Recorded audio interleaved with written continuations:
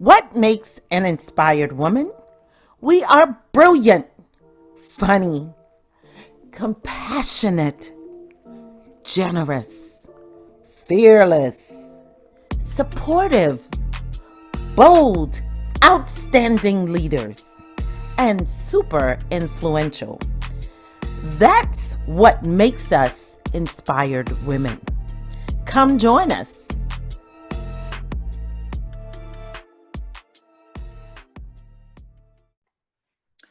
Welcome to Inspired Women Amazing Lives podcast. And I have a treat for you today. I'm excited about this treat because I have not had an attorney on my show before. I love my firsts. And this will definitely help my audience that have questions that have gotten to the point where, because, honestly, most of the time we start our businesses and we don't think about the legal aspect. I've talked to lots of business owners about this. And so this will help clear up some facts about that as you're starting a business or scaling an existing one. My guest today, Miss Courtney English. Welcome. Thank you for having me. Welcome, welcome. It's great having you here, Courtney. And I'm just excited for what you are about to share with my audience that will help them to grow. I'm so excited about this. So Courtney is a licensed attorney. Yes, she is, not a fake one. I love it. No, I'm real. Yes. And she serves small businesses both locally and online. She specializes in breaking down overwhelming concepts to make them actionable for you and your business. Her goal is always to be proactive in her approach to ensure you and your business is not only protected, but prosperous as well. Welcome, Courtney. Thank you for being here. And I've got so many questions for you, and I know we're going to have a good time. But let's start, Courtney, by you sharing your story for us. Tell us what brought you to this place. Okay. Yeah, so I am, of course, a licensed attorney. As you said, I am real. My story is not traditional. I did not come from a family of attorneys or anything like that. I'm the only one. Oh. So my background is my parents were small business owners. My mom has a high school diploma. My dad has a GED. So I was just raised watching the hustle every day. And I was the first one to go to college. And when the economic recession hit, they had some pretty hard times in 2008, 2009. So kind of seeing what they were going through and trying to help me, get through school, I decided to go to law school so I could help other businesses navigate tough times and give them access to legal advice, because that's pretty hard for a lot of small businesses. Yeah, absolutely. It really, really is. And the thing about it is, and that's why I'm so excited to have you here, is the thing about it is we as small business owners don't know what we don't know. We don't know until it hits us. Then we're like, I didn't know. We just don't know what we don't know. So Courtney's sole purpose here today, audience, is to really educate us. And this is going to be a great educational session. Now, I know you said your mom and dad had a small business. Is that where your passion comes from? What made you decide that of all things in the legal field that you were going to focus on helping small businesses? Yes, it definitely fueled my passion. What I love about small businesses is they kind of level the playing field. So anybody can be successful. It's not like you're in a corporate ladder or you're kind of already, handed a disadvantage because of the placement in a corporation or because of your background. When you own your own business, you can make your own rules. And that was always very attractive to me, that it really levels the playing field and you can see a lot of successful people who otherwise would never have had a chance. That's nice. I mean, so I have to ask this question. When you came out of law school, did you immediately decide you were going to help small businesses, or did you go into the corporate side of things or into a law practice and then decided, this is not really where my heart is? Yeah, no, I started in corporate law. Like most people, I think when you get in law school, you go in very passionate and very hungry for whatever that is, and then you get distracted. So, and then people put a lot of shiny things in front of you.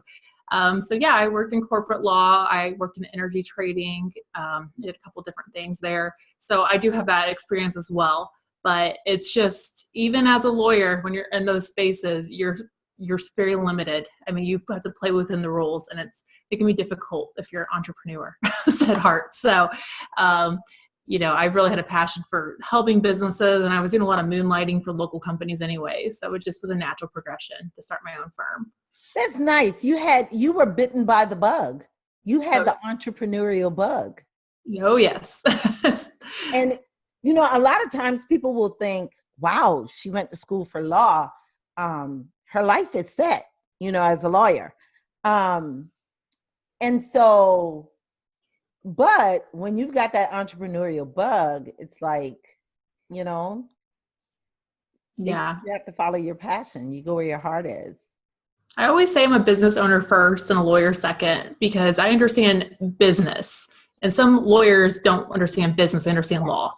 And I think it's important to know both. So that's why I always try to start the caveat that I am a business owner. So I think that I can identify differently with other people instead of just feeding them information like a lawyer would. Some lawyers would. So, Right. And that is I'm glad you said that, Courtney. That's a very important distinction because you're right. Um, what we will see a lot of times is that professionals like attorneys and physicians and all of these high level professions, they have a business, but they're not business owners. yes. I have a couple clients like that. So yes, they have professional licenses and they're great at their work, but they kind of struggle with the business piece. So that's why I'm here. Yes. And that's really, really nice. I love that. You're a business owner first. So you're a unique blend, I would say. And I think that's really, really nice. Um, Very nice. All right. So, Courtney, we're going to take a short break for a commercial and we'll be right back. And when we come back, Courtney, we're going to talk about a lot of different kinds of legal approaches for business owners that she is really going to educate us on. We will be right back. Are you a podcaster with lots of episodes and content, but have not been putting it to good use? Don't you know that repurposing your content gives you more visibility? And no, it doesn't have to be time consuming. I've got you. Hey, Kimberly Wiggins with Inspired Women Amazing Lives. You've done the hard work. You have got your podcast up and running and you are churning out content. Yes, not episodes, but content. That is what you're producing. Now, are you using that content to your advantage to get more eyes on you and your magnificent brilliance? I would guess that's a no. Listen, you have what it takes to do this, but it is just time to let more people hear your message. Repurposing your content can surely get you there. Using my repurposing system for your podcast episodes help you to show up everywhere and be heard in a much greater way so that your message can add value to the lives of others. Isn't that what you really, really want? Check out From Podcasting to Profit right now at inspiredwomenamazinglives.com. Let's shift things for your life and business so that you can repurpose your amazing content that impacts your audience. Use the code PROFIT for $200 off From Podcasting to Profit. All right, we are back. So, Courtney, audience, get your paper and pencil. We're going to school. Courtney is going to teach us some things. Now, what would you say, Courtney, is the single most important thing that business owners need to know about starting a business? Let's just talk about starting a business. From a legal aspect, what is the one single most important thing that you would tell a business owner to do legally if they didn't do anything else? Make sure your business is registered with your state. So if that's an LLC, an S Corp, whatever it is you're doing, make sure you have that as a formal business entity. And here's why. You want to protect yourself, not just your business, but your personal things as well, your personal assets. And I have clients tell me all the time, well, I don't have any assets. I'm starting an online business. It doesn't matter. I rent a house, an apartment, whatever. Well, if you get in some sort of accident and someone sues you, files a judgment, if you don't have that business separate, they could attack all those earnings you make from that business down the road. So I know it's a cautionary tale, but I always try to tell people, just treat it like it's a real business. And the first thing you would do is make it a business entity. And it's pretty cheap. Most states it's 50, 100 bucks. It's not super difficult either. So always start there. Treat it like a real business. Wow. Okay. That's good to know. And I'm going to ask you another question about that later on. I'm going to ask you another question about that. So now some people say, they would say, oh, I can do all of the legal things myself. I don't need a lawyer. What would be your response to someone who feels that way? I would say don't do it.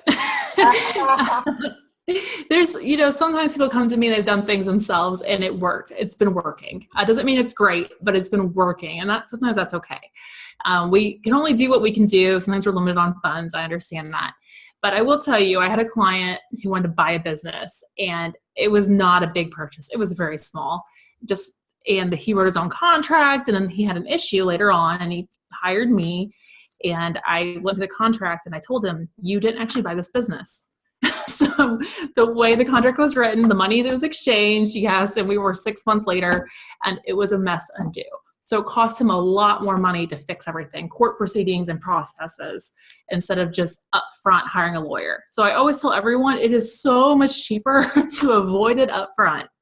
And if you don't know if you need a lawyer, just call one, and just say, hey, I'm not sure if I need a lawyer. Let me talk to you about this. And most of us try to be pretty honest and we'll tell you, yes, you need me, or no, you need to call your insurance or whatever that is.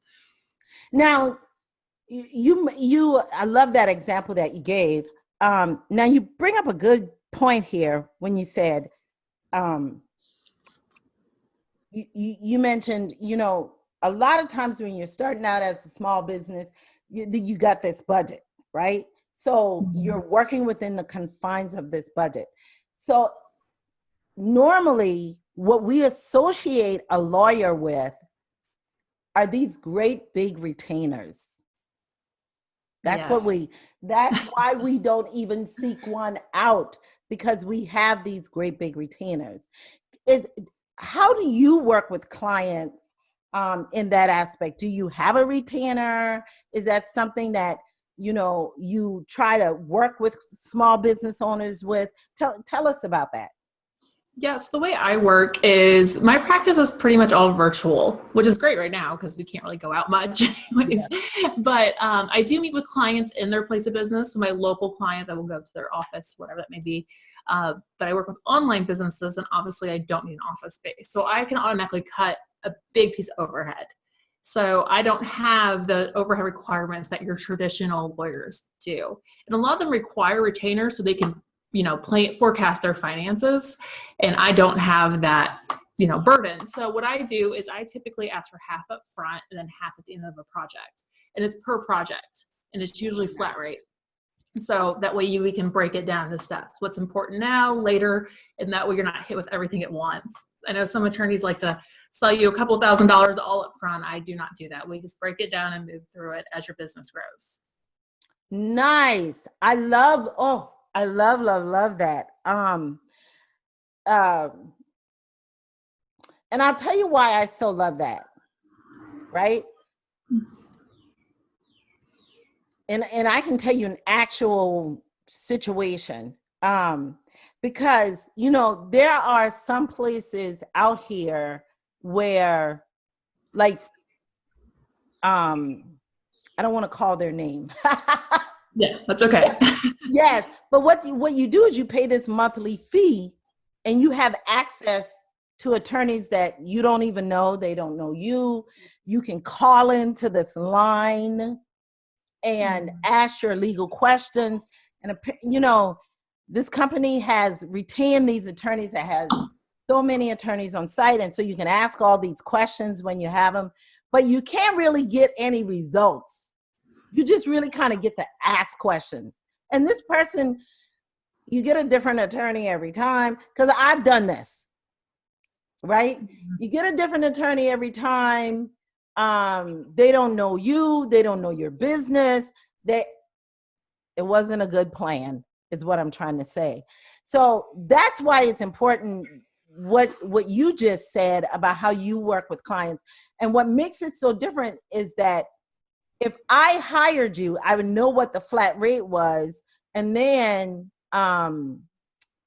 you know, you would get to know my business. Am I right or wrong? Correct. And what you're referencing is certain organizations like that. They have their place for sure. I mean, certain people, they have quick things they need. It might be advantageous. But what I always warn people against is the law is not black and white. There's a reason we go to court and we argue in front of a judge, right? Because it's just not that clear. So if you call some, you know, random attorney you don't have a relationship with, they don't know all the details. So it could change their answer. And they don't always have the time, because of the way they're compensated, to stay on the phone and get to know your case for hours on end. So it's very difficult. And so they're giving you off a little piece of information an answer, and they might not think of maybe creative ways. So even though the answer could be no, they might say no, but you could do whatever. They don't know that because they don't know enough about you, and it's just their limitations. So I always caution people about that. You're not always getting the full picture sometimes when you go that route. I love that you explained that to me, because I didn't realize that. Yeah. When you explain that to me, that makes so much sense. I didn't realize that. Yeah, I love that. And you're right. So, you know, Courtney is able to really work with you one-on-one and be able to really dig into your business. Now, as a business, you kind of mentioned this before, you know, you mentioned, well, and before I ask you this question, let me ask you this one.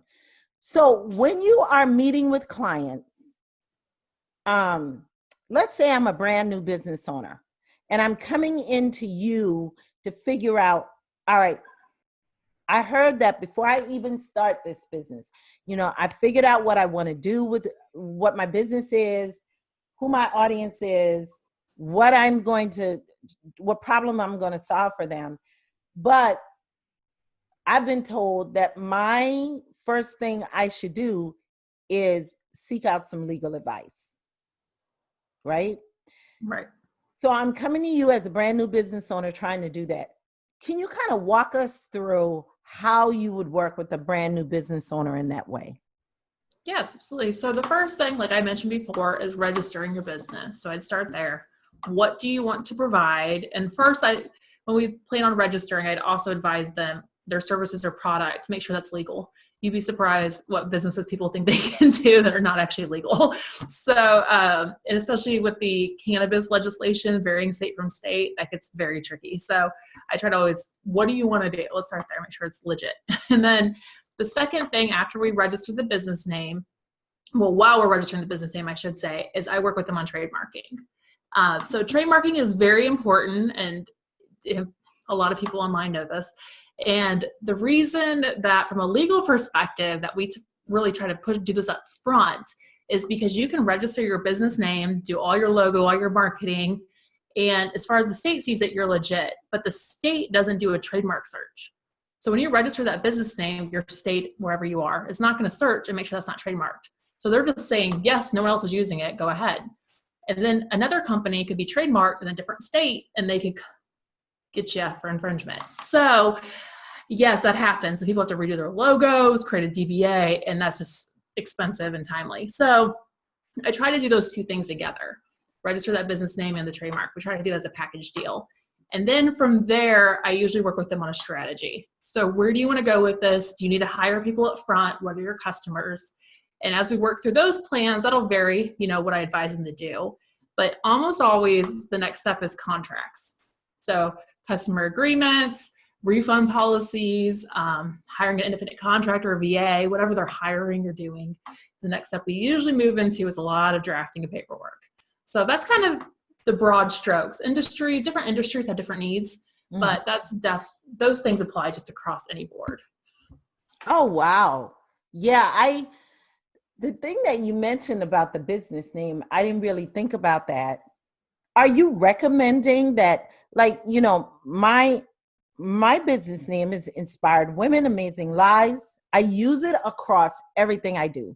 I call my people Inspired Women. I have an Inspired Women, Amazing Lives podcast. I have an Inspired Amazing Lives group. So is that something you would have recommended that I trademarked? Yes, if you're using it in commerce, yes. And I'll tell you a quick cautionary tale. I try not to scare people. I just try to tell them this has happened, so it's possible.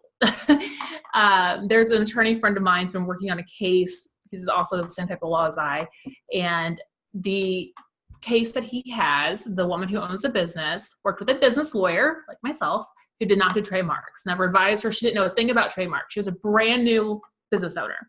So she went to him, he registered her business, helped her do marketing, get all her contracts. So she spent lots of money on logos and advertising. She got a letter that she was infringing on someone in a totally different state who had the same business, but they had the trademark. So she had to redo everything.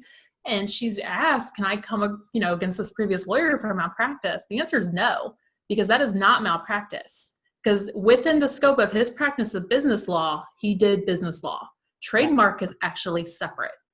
So not all business lawyers do trademarks, not all trademarks do business. So you have to be very careful there. So she had to redo all of that. So that's why that's like my cautionary tale to people, is it could happen. So just make sure before you do all this marketing, get that name protected, make sure you own it. Thank you for that piece of information, because I have this progressive plan, and that is why my business name is congruent across my brand, because I have a progressive plan for that. So I thank you for telling me that. Now, I have not looked into the trademarking anything, but I'll tell you what I did look at, Courtney. I looked at copywriting something, right? And was it copywriting? No, I think it was trademarking. I'm sorry. It was trademarking or copywriting. I don't know which one. But when I looked into it, oh my gosh, it was like a whole different language for me. I was like, oh my gosh, it talked about having to do this step and then waiting for a reply. You got to pay for this, wait for a reply, and then submit more paperwork and pay for something else and wait for a reply. I was like, oh my gosh, this is like, whoo. So that is a process, isn't it? Yes, it's a very tedious process. If you have an attorney do it, like when I do them, I handle that whole process. So you just, I ask you the questions, you answer the questions, I handle the process, I let you know when it's filed and registered. And if there's something I need from you, I reach out and let you know. Other than that, it's off your plate. Now, when people try to do them themselves, you can, but it can be very difficult. So 80% of them get denied. 80% of trademark applications get denied. So I always recommend up your chances and don't do them on your own. So. Yes. And here's the deal, because I think even when I went to the website, it said something similar to that. It highly recommended that not that they were endorsing any particular attorney or anything, but they highly recommended that you seek professional legal counsel before you did it. Because I think the caveat was, if it gets denied, you'd have to pay again. It's not like you get denied and they say, oh, well, just try again and we'll use your previous payment. It was like, Right. pay again. Right. And you don't get that money back. Every time you pay, like that's money that they use to process. It's a processing filing fee. So it's not like you can, carry it over or anything like that. So, And it's not cheap. It's no. Yes, I would rather, at the time, I was trying to, I think it was the term escapepreneurs. I was trying to trademark, I think. But I found out later on, I stopped because I found out later on, someone had that website and they would only sell me the website name escapepreneurs for like $1,000 or $2,000. And I wasn't willing to pay that for the website. And going through the trademarking process would have been, I can't remember how much it was, but it was at least over $1,000, I think, by the time you were done. And so, but I remember seeing that on the website, that, and I was like, oh, no wonder people hire attorneys to do this. Now, what is the difference between trademarking and copywriting? Yeah, trademarks can apply to like a name or a brand you want to protect. So right now, this doesn't make sense. Trump, people think Trump Towers, he's got towers everywhere. Not necessarily. He's actually trademarked the name and he just sells licensing to the name. So that's a trademark. You actually kind of have the ability to sell licensing. Whereas copyright, you have like a book or a work of art is the terminology. So you're actually copywriting a work of art. Whereas trademark, again, it's just that name. And the thing about trademarks is they have a little more clout because you have the right to license them later. So if you really build up your brand and you want to have, coaches under you or affiliates, if you trademark that name, you can license it, meaning that people can pay you to use your name. So they can't do that if you don't have a trademark. Wow. Registered trademarked, yes. Nice. That was really nice to know. Yeah. Listeners, just know that, trust me on this. You want to hire an attorney if you're trademarking anything. And I guess, Courtney, I will need to talk to you about trademarking my name. Yeah. Yes. Okay. So now earlier you mentioned sole proprietorship, you just getting that business entity right, which is like sole proprietorship, LLC, corporation, whatever. Tell us about your thoughts on what is the best business entity for small business owners and why? Okay.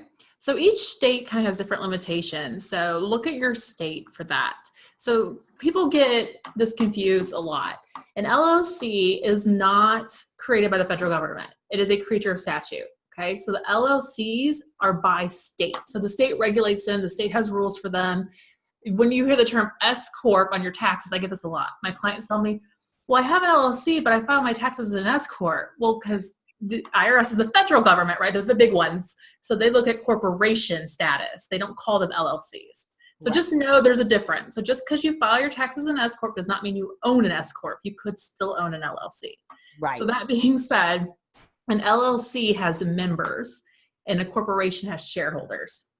So the difference there is kind of really semantics, but if you want to grow, have multiple business entities under your umbrella, and you want to bring in other investors and other people, sometimes an S Corp makes sense because you can sell shares. You can go public one day. You can't really go public with an LLC, right? So if you have that plan, that would make sense for you. Now, if an LLC is usually cheaper to file, has less requirements, and it makes sense for a lot more business owners.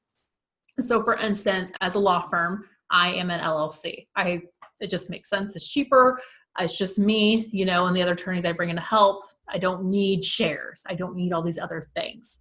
And if I want to go public or if I merge with large corporations, then I would consider the other thing. But the LLC is usually cheaper and makes more sense for most people starting out. Gotcha. Now, I had a question about something I did with my LLC.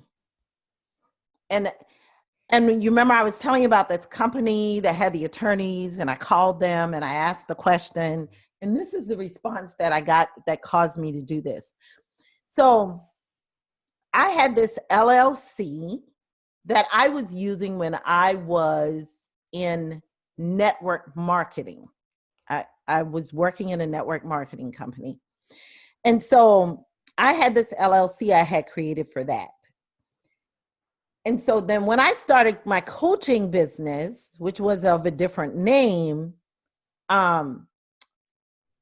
what I asked them, I called them and I asked them, was it possible for me to do a DBA under my LLC, which was like Wiggins Resource Group LLC.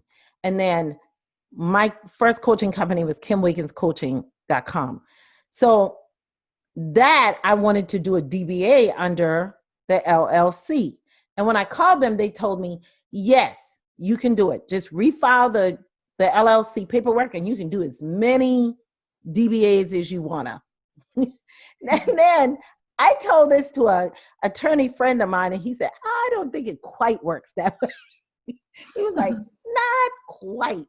So let me hear your take on this. He wasn't sure because he is a criminal attorney. He said, but I'm not quite sure it works that way. That's all he said. Yeah, DBAs, typically if you're adding multiple streams of revenue, if they're related, DBAs are fine. The reason why we don't always advise for DBAs, it depends where your revenue is too, is because you want to ring fence liabilities. Now this is getting fancy, but what that means is that if you have multiple streams of income coming from different business sources, so say you have coaching, say you sell like a shake, say you do beauty salon, I don't know, something different, totally different things, right? You want to have different business entities because if someone sues this one entity over here, say you're coaching, somebody's upset, whatever, they can't pierce into all these other revenue streams. Now, if you have a DBA for all these things, if someone sues here, they can go through and take everything. So we call that ring fencing liability. Yes. So if you're adding on a similar line of revenue or your revenue is not, it's not enough that, oh, what does it matter? It's an extra couple $1,000s. Some people it's not worth keeping up with the other corporations because there's filing fees and things like that you have to keep up with. But if you have a couple of streams of revenue, it's usually advantageous to protect them and just put them in different business units and kind of keep them, in separate worlds. Wow. Yeah, that makes sense. Yes. I didn't think about that. Yes. See, that is why we need legal advice, proper legal advice. Yeah, because like I told you, when I was on the phone with that one company, they were just like, oh, just file them all under there. It doesn't make a difference. But now I see why it makes a difference. Yes. Yes. And that's a good example when the answer is yes, you could do as many DBAs as you want, but do you want to? Maybe not. So that's a good example of why sometimes those services aren't always beneficial. Yes. Makes sense. Because they didn't even ask me, well, what kind of business was the LLC created for? They didn't ask any of the details. They just gave me a blanket answer. It was less than a 5-minute phone call. So it was so funny. Yes. Now, my question escaped me, but I did have another question. So until I figure out what that question was, audience, I hope I'm getting in all your good questions here today. This was my question. What is the difference, Courtney, in the protection that, so you, first of all, you didn't even mention a sole proprietorship. We should just throw that out the window. Am I correct? Yes, I would. Okay. Yes. Good. That was my take on it too, but good. Glad to hear you say that. So, what is the different protection that is available from a legal standpoint from an LLC versus a corporation? Well, they're both viewed as corporate entities. So they both provide protection that they are separate business entities. And that's really all you need to worry about. Okay. Now, where the issues with protections come into place when you have business entities is people will treat them like their own personal piggy bank. So say you're a single member LLC, you're the only one, there's no big brother, right, watching anything. So you might just create that as your personal checking account as well, because you have no overhead, whatever that may be. You can't do that. for a lot of reasons. But from a protection standpoint, if somebody sees that actually kind of and wants to sue you for some reason, say you have a claim against you personally, they can just drop that and they don't care. They can totally disregard the fact that you have a registered business and go into all your business assets. So not only should you not treat it that way for business purposes, but for protection purposes, you want to create your LLCs, corporation, whatever it is, treat it as a real business. Pay yourself out of it, write a check, whatever that is, treat it like it's a business. Because if someone sues you for something else, they can just totally disregard that business entity. Because what you're doing is you're telling the world, I don't take this as a serious business. So someone's going to see it as, oh, that's just extra money for me. So, so that's my word of caution there. That is a very huge point. Listeners, I really hope that you heard that. Now I'm going to be honest with you. I'm being super transparent, audience. And you know how I do on my show. This is my show. Hopefully IRS is not listening.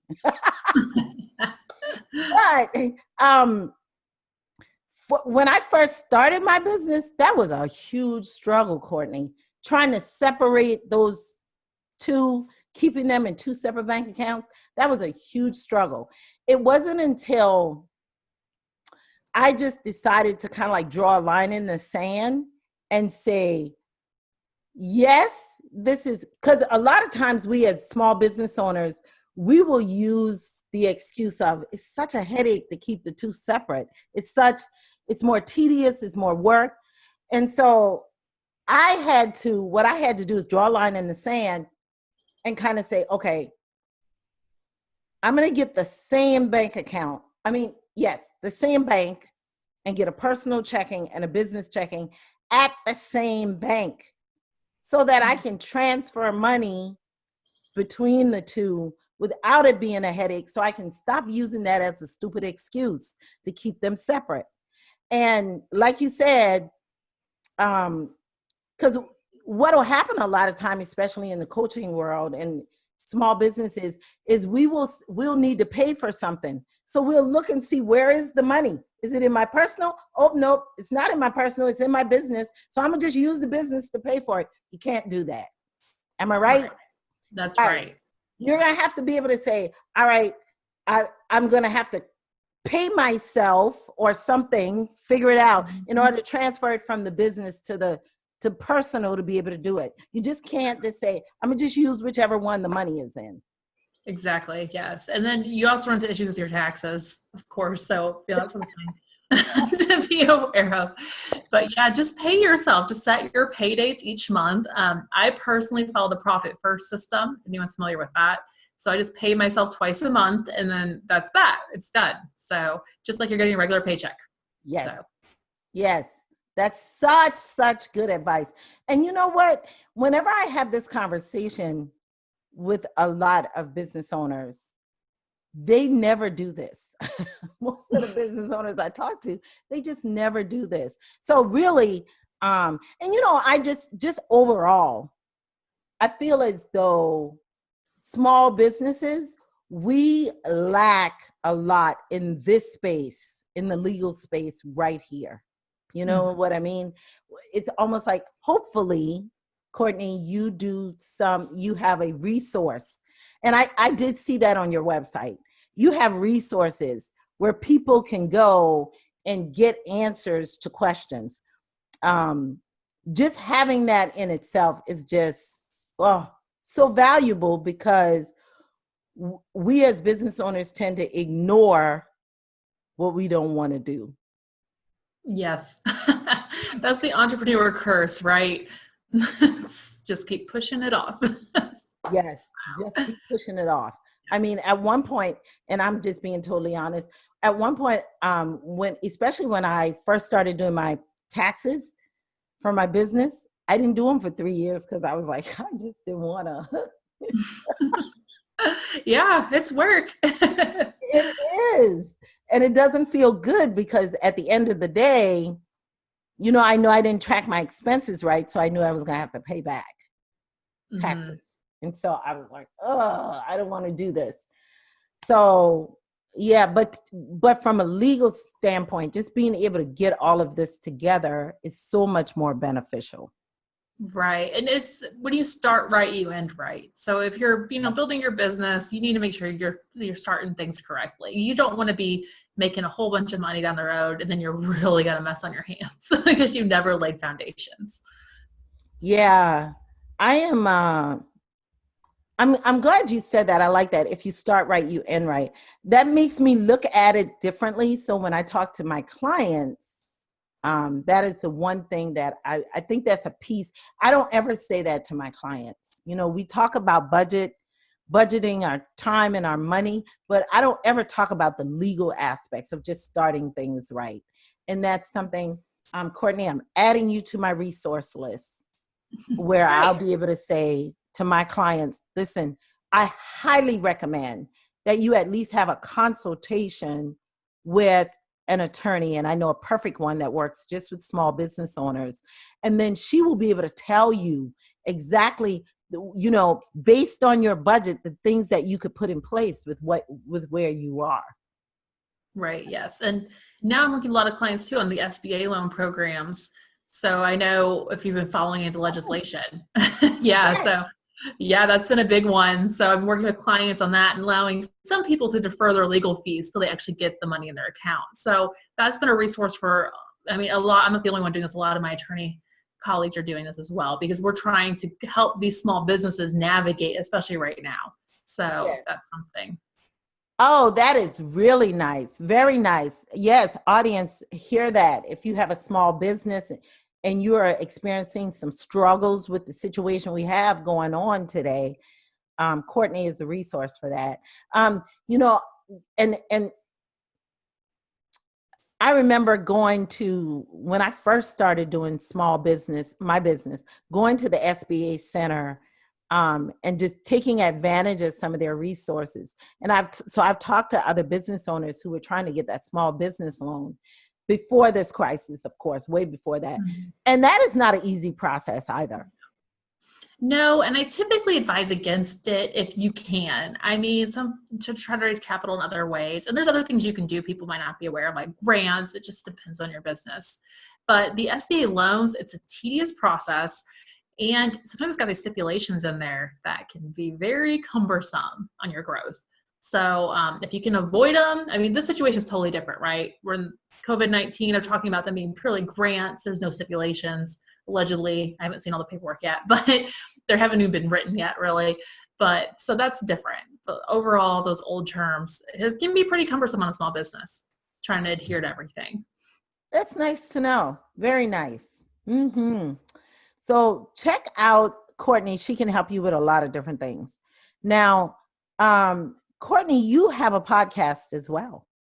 Yes, I just started it. So Yeah. The Lady Boss Lawyer. I love that. And so what do you do in your podcast? Are you just giving legal tips or you're picking a topic? Tell us how you're running that podcast. Yeah, so I had a plan, and that plan went out the window because of what's going on. But my plan is to interview different business people and then kind of explain when they used a lawyer, why they used a lawyer, and just kind of tell us more about their business. Like I said, I'm a business owner, so I love to learn about different businesses. And I kind of like to see, what their strategies have been to give people ideas on how they can strategize their business. And I'll give my legal 2 cents on where it's important. But right now, it's been kind of COVID-19 heavy. So if you look me up at this time that this is being recorded, you're going to hear a lot of that. But more content to come. Hopefully things will get back to normal at some point. We can go back on plan. Very nice. So recently, I have not checked out your podcast yet. But I will. And so right now, you have a lot of things going on your podcast with COVID-19. Yes, correct. So I'm also trying to learn the tech. So if you listen to me, bear with me for the first couple episodes.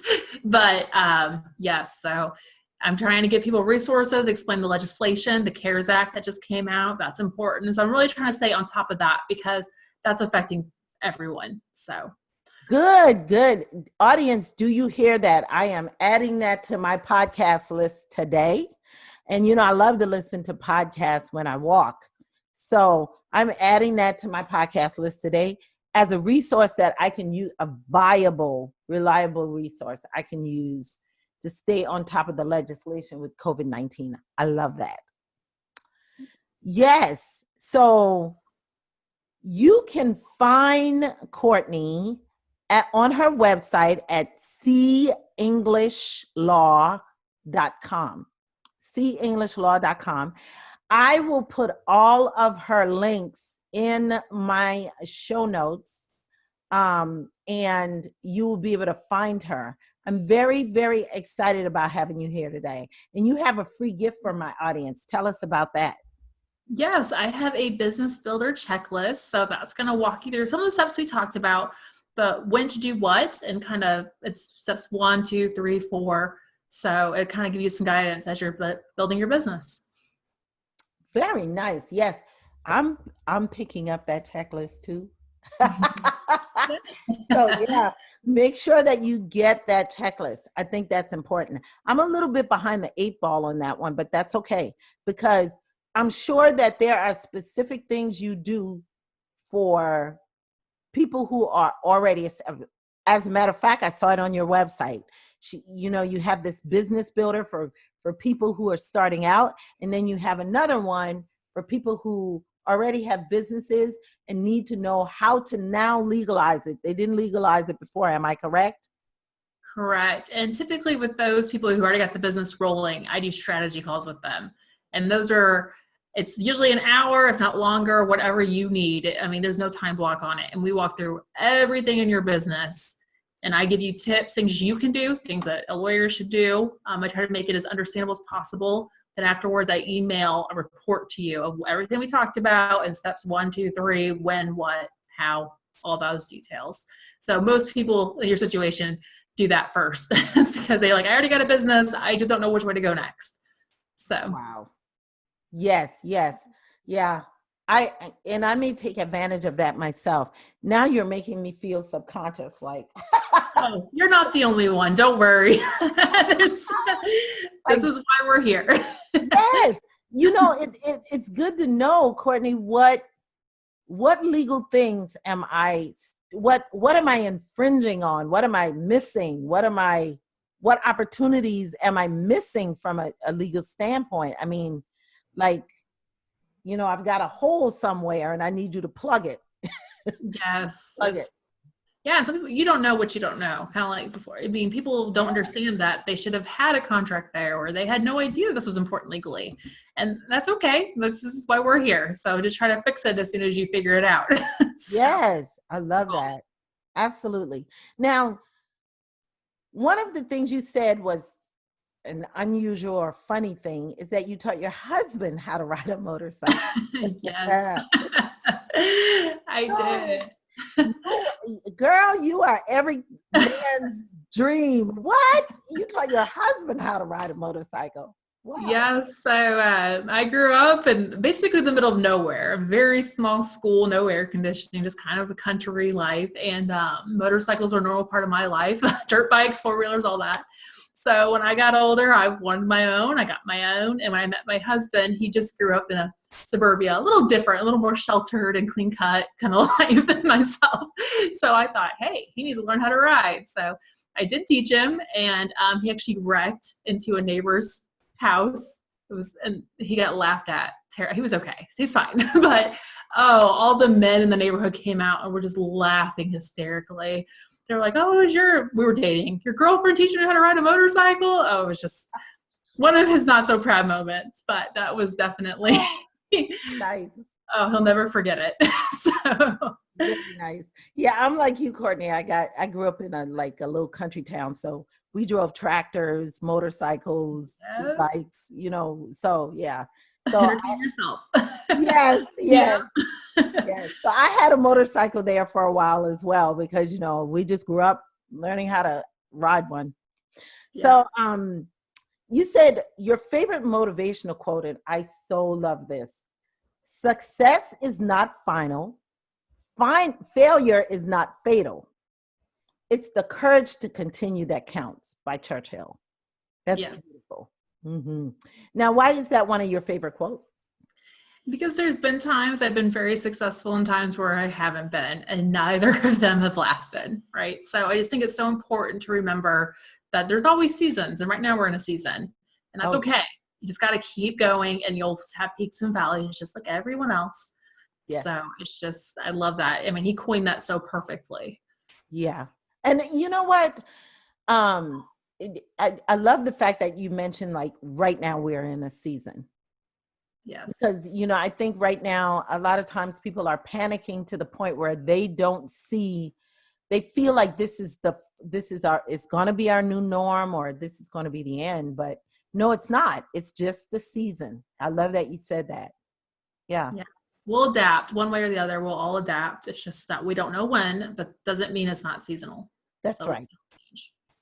Yeah. Now, you said your favorite book was The Compound Effect. Yes, I love that. Yes, it's a great one. Those daily habits. I mean, that's so powerful. People don't realize those little 10, 15-minute whatever. It is so powerful. I've seen it in my own personal life. And I mean, and I've seen the opposite too. So Yeah. yes, it's a great book. It is. If you have not read that book, The Compound Effect, read it. She's right. It helps you figure out how to formulate those tiny habits that make a big. Love that book.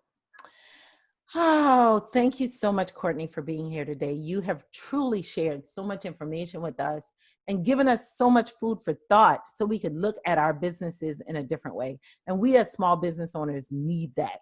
We really, really do. Before we wrap this up, I would love for you to share one action tip with my audience that they can take away and put into place today. Yes. So my action tip for today is going to be make sure you have contracts and customer terms and service with everyone you're working with. So I come across this all the time, and it's easier said than done. Just if you have contracts, make sure they're signed. Just make sure you got some paper there, because it's so much harder later. So whatever, if you want to start anywhere, if you got the business down, you got the name trademarked, or you're already working, let's go ahead and make sure you got those contracts there, just to make sure what you're doing now is protected. Wow. That's a good point. Courtney, you're going to hate me. I threw out all my contracts.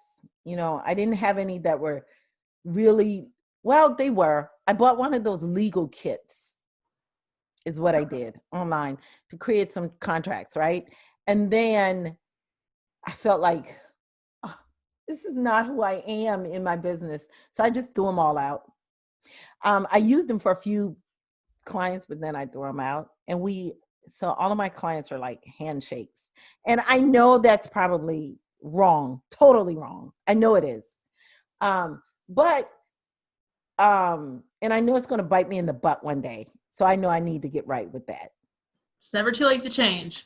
Yes, So, absolutely. I know it's going to bite me in the butt one day. Yeah, absolutely. I love that tip. Get your So audience, I will tell you, the reason why I said that is because I want you to know I'm doing it the wrong way. And I already know I'm doing it the wrong way, but and now is the opportunity for me to pivot a little bit. And this, I don't like the way I feel with contracts because they feel so formal to me. But there are ways, and Courtney is a business owner, so she understands this.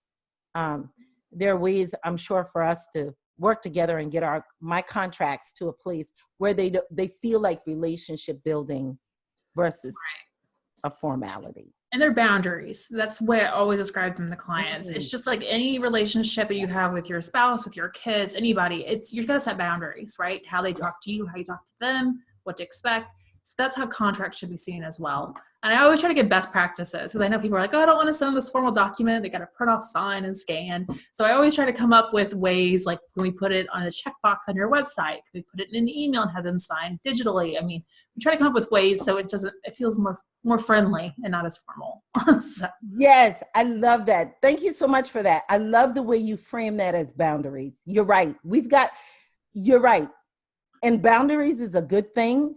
I talk about that on my show all the time. Boundaries is a good thing because, like you said, you got to have boundaries with everybody. That's just life. You have to be able to have boundaries with your spouse, your kids, and you dearly love them. So Yeah, it is. I love that. Boundaries. Oh, thank you so much, Courtney, for being here. You have truly blessed us with a lot of information, and I really appreciate that. Audience, please share this episode with someone who you know need it, and definitely reach out to Courtney for some help. She's here to help us. And I love bringing resources on my show that are able to help you in this entrepreneurial walk. And that, Courtney, is a great resource. Have a wonderful, wonderful day. And we will see you the next time on Inspired Women, Amazing Lives podcast. Goodbye. Thanks for joining me for this episode of Inspired Women, Amazing Lives podcast. Until we meet again, I urge you as an inspired woman to seek out ways to inspire and lead the other women in your circle. Please share this episode with another woman that you would love to inspire or someone who has inspired you. Feel free to rate, comment, and subscribe. Until next time, and remember, always thrive, inspire, and lead.